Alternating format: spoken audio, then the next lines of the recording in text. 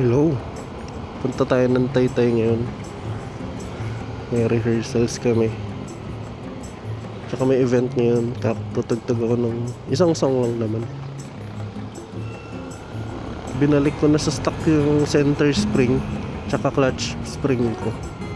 Hindi ko talaga gusto yung yung delay na arangkada tsaka ang ingay ng motor, lalo pag traffic. Masyado siguro mabigat ng 1.5 RPM sa akin. 800 ang stock, diba? Siguro 1K pwede na. Pero actually kahit stock na lang muna i-enjoy ko na lang muna ito ng stock. Ganda naman na yung bola kaya na sa ahon. Parang nangangati kasi ako bumili ng pulley set. Kaso pag di ko na naman na gusto, benta ulit, papatanggal ko ulit. Tignan natin sa susunod. Ang daming kasing choices, daming brands ang lumalabas. Freaking Fast, 12S, Yellow Speed, Prodigy, HIRC, Polini, tsaka Malossi, usual, Speed Evo. Sana magkaroon ng ng table kung anong mga mas maganda sa kanilang lahat. Dinidiscourage din ako ng may-ari ng Scaforza. Bola lang okay na, kahit di na ako magpalit ng pulley tsaka drive face. Mas malaki ang difference na nabibigay ng mas magaan na bola. Mahayos, diba? Tipid tips. Siguro kung bibili ako, baka pwedeng second hand na lang muna. Nung kailan ba yun? Thursday ata. Lumabas ako Munta ko ng Concept Rides dun sa may QC. Gusto ko lang makita yung shop nila. Dami rin nila binibenta. Meron silang second hand na Prodigy na drive face tsaka pulley. Gusto ko sanang kunin para matry. At least second hand lang. Kung ano yung brand yun nun, 11K. Para kung di ko man magustuhan, hindi masyado masakit. Titingin-tingin pa ako ng reviews. Marami sa kasi, sa Scoot Monkey tsaka One Pats. Ang nire-recommend talaga nila Prodigy. Sa Scooter Depot naman, Malossi tsaka Polini. Concept Rides yung HIRC. Hirap talaga mamili. Nung pumunta ako ng Concept Rides, hindi ko na masyado na record. Nagtetest ako ng wired mic setup. Tapos yung pag-uwi ko, sabog mali yata yung placement ng mic ko. Ganap ako ng ibang place. Yung ginawa ko kasi nakatapat siya sa bibig ko. Tapos negative 12 din, katulad nitong mic mini. Pero sabog. Lagay ko siya sa bandang gilid ng bibig. Pang emergency lang naman sana yung wired mic pag lowbat yung mic ko. Antipolo pala tayo dadaan.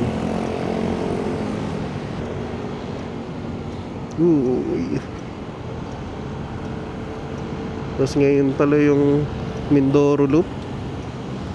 Tayo nakasama. Yung nakita akong picture, yung nakasakay sila doon sa Roro. Ang dami. Masaya nun.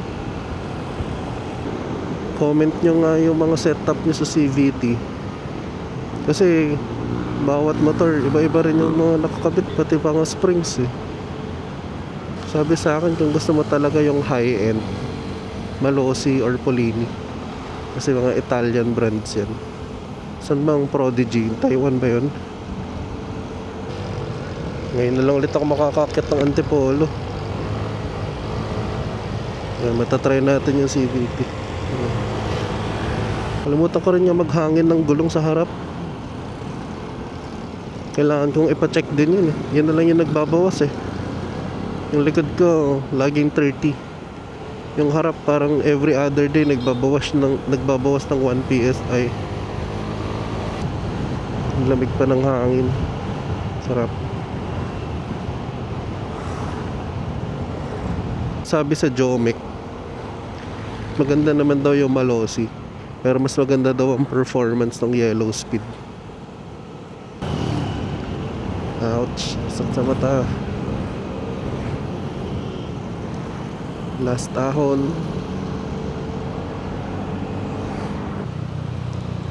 May ride yung Vespa Club Marikina ngayon eh. Pero sa UCM lang sila. Dami nagpalista rin eh. Saan di ako makakapunta? Aalis kami ni Tin mamaya. Bukas na kaya yung shortcut. Ayun eh, dumadaan na.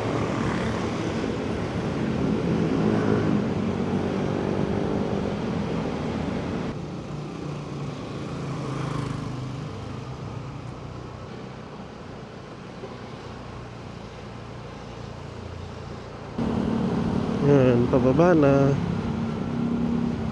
7:38. Sakto lang siguro ako. Yung maganda dito kapag nag-practice kami sa Taytay, kahit merong event, nakakapag-practice kami sa ibang room.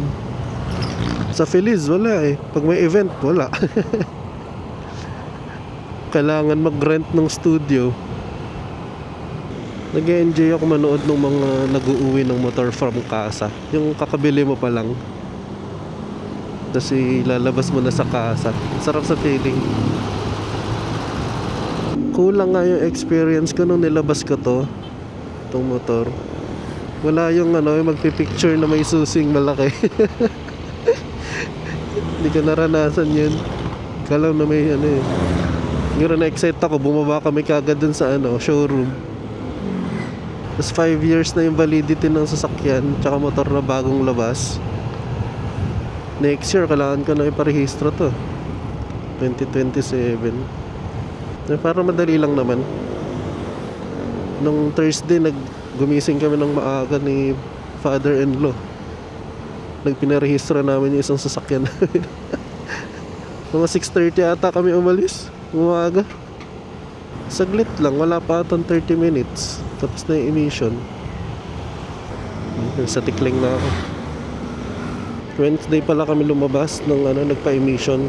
Tapos dapat magra-ride kami ni Biyaherong J ng Thursday. Magmamarilaki lang sana. Kaso parehas kami nagkasakit. Parang lalagnatin daw ata siya. Tapos ako naman, sinipon ako tsaka ubo. Hindi hanggang ngayon nga eh. Parang barado nga yung tenga ko. Gusto ko magpa-check up sa ENT. Gusto ko magpalinis ang tenga.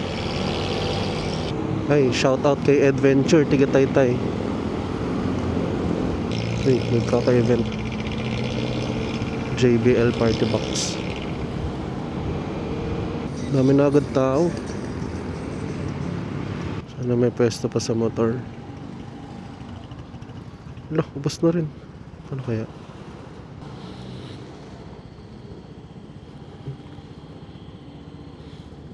Yan, dito tayo mag-park sa lilim. Sarado pa, aga ko masyado. Hintay muna ako dito. Uwian na. Umulan. Pero hindi masyado nabasa yung motor. Buti na lang. Buti dito ko sa ilalim din. Di-park. 1 hour 5 minutes daw yung biyahe ko. Traffic ata. Matutuloy kaya yung ride ng VCM. Sunset ride daw yan eh. Kasi tignan mo ang cloudy. Kain tao dadaan. Mapuputikan yung motor. Linis na lang ulit. Maambon ng bahagya. Wala pa naman pinlock ng visor ko ngayon. Pero merong Rain X. Grabe ang sikip. Dito na sa junction. Sana hindi traffic sa pag-right. Nadadaanan natin sa Forza. Nagpa-fog ang aking visor. Let's go, maluwag. Sa ngayon.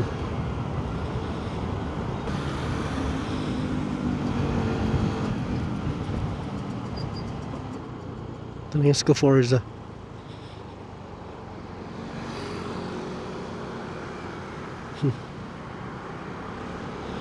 Mga tao sa loob pagpaayos.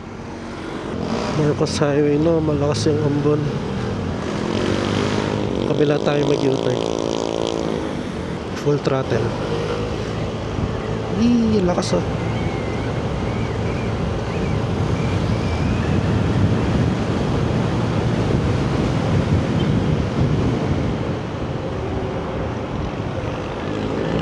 Ay, may nabangga na motor ata dun. Sad. Lumalakas lalo yung ulan. Sana, ganyan lang. Yan lang, dadigtan ko yung video na lang bukas. Bye bye. Hello. Good morning. Oras na 6:40. Papunta na ako ulit ng Taytay. Sarap, ang lamig. Mga feeling ko malapit na rin uminit. Hindi na ganun kalamig kapag umaga eh. Pero ngayon kasi nag-uulan dahil may bagyo. Pero sana wag umulan eh. Morning lang ang schedule ko. Uuwi rin ako na hanggang ano oras ba yun? 1:30? So siguro mga 2 o'clock tapos na ako. 2 services lang sa umaga. Kahapon nasa Ayala Malls Manila Bay kami ni Tin eh. Babalak ako bumili ng Insta360. Di pala Insta360 pero 360 cam. Either DJI 360 or yung kahit X4 lang. Gusto ko lang matry eh. Parang ayoko bumili ng brand new. Gusto ko muna itry. Tingin-tingin na ako sa marketplace. Hindi ko kasi alam kung ano mas gusto ko. Gusto ko ba yung napapalitan yung lens para pag nagasgas, or yung seamless connection kasi makakakonect siya sa mga mic ko. Pag-isipan ko pa. Dito na lang ako dadaan sa may SNR. Next time ko na problemahin. Meron pa nga ako ng Pocket 3, di ko masyado nagagamit. Parang ang saya kasi gumamit ng 360. Sakop yung buong surroundings. Pwede ko rin siya isabit kung saan-saan para iba-ibang view. Pero kapag travel, yung Pocket 3 pa rin ang gagamitin ko. Tsaka yung camera. Bale pang motovlog lang yung 360. Kapag yung DJI yung kinuha ko, pwede ko gamitin pa rin yung mga mic. Yung mga mic mini tsaka yung mic 2. Kasi hindi mabigat yung helmet ko. Walang camera sa harap. Dito lang siya. Kasi yun kasi yung problem sa akin eh. Kapag marami akong choices, nahihirapan ako pumili. Kaya ako binenta yung Fujifilm ko. Kasi iba-ibang lens yung gamit namin. Pag nagta-travel, di ko alam kung anong lens ang gusto kong gamitin. Kaya ako lumipat sa Ricoh. Para fixed lang ako na 28mm. Pwede ka naman siya i-crop kung kailangan ka ng tighter na tsura. Nawala na dito yung lamig ng hangin. Alam ko ngayon na rin yung uwi ng mga nasa Mindoro. Enjoy kaya sila. Ako rin matry yun, Mindoro Loop.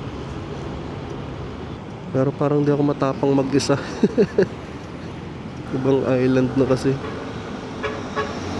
Tsaka North Luzon Loop.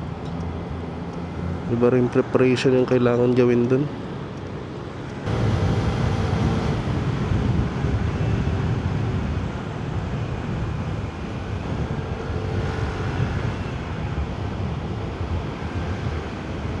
Daan ako mamaya sa Scoforza. May mga bago silang items sa dumating eh. Silipin ko lang. Gusto ko magpalit ng anong tawag dito? Ng handle grips. Kasi ang dami rin choices. Oops, wait lang, malubak. Ay. Gusto ko yung malambot tsaka mag-grip. Nakita ko yung ergonomic grips ni 101 Factory. Effective kaya yun? Hindi malamig.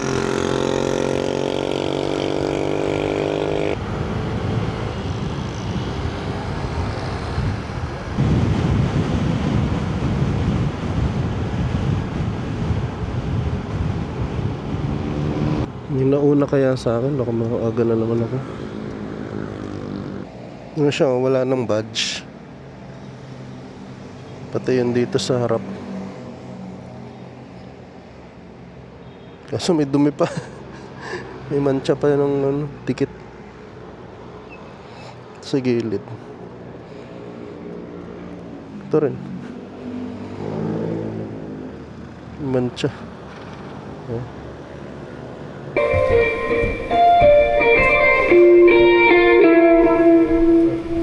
Hello, morning.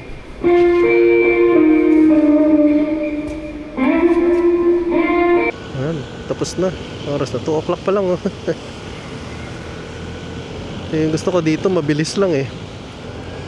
Just 2 services lang. Hindi masyado pagod.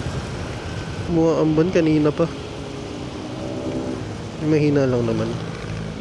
Pero ingat tayo kasi madulas ang daan. Ito nga ako sa gitna. Muscle memory ko na winiwiggle to kapag pinapatay ko yung signal lights. Malaking tulong talaga yung Rain X. Nagbubutil-butil yung yung ulan. Malinaw pa rin siya. Pero wala akong pin lock. Hindi ko pa rin kinabit dito. Diretso tayo ng Scuforza. Silip lang tayo. Kakalaba ko lang nitong inner armor. Laban ko na lang ulit. Mas malamig. Uy, lubak. Mas malamig pa ngayon kaysa kaninang umaga. Lamig. Malapit na. Ito na.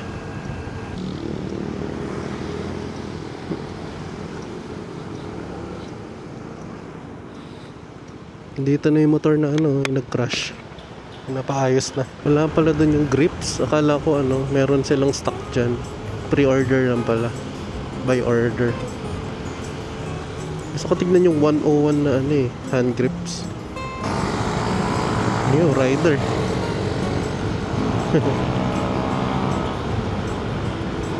Yung mga nadaanan ako ng mga oil spill. Saan galing yun?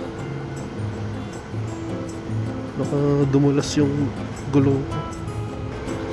Ang aga pa. 3 o'clock. Mamaya punta kami ng Kingsville. May family dinner lang. Salamat sa panonood. Next time ulit. Bye bye.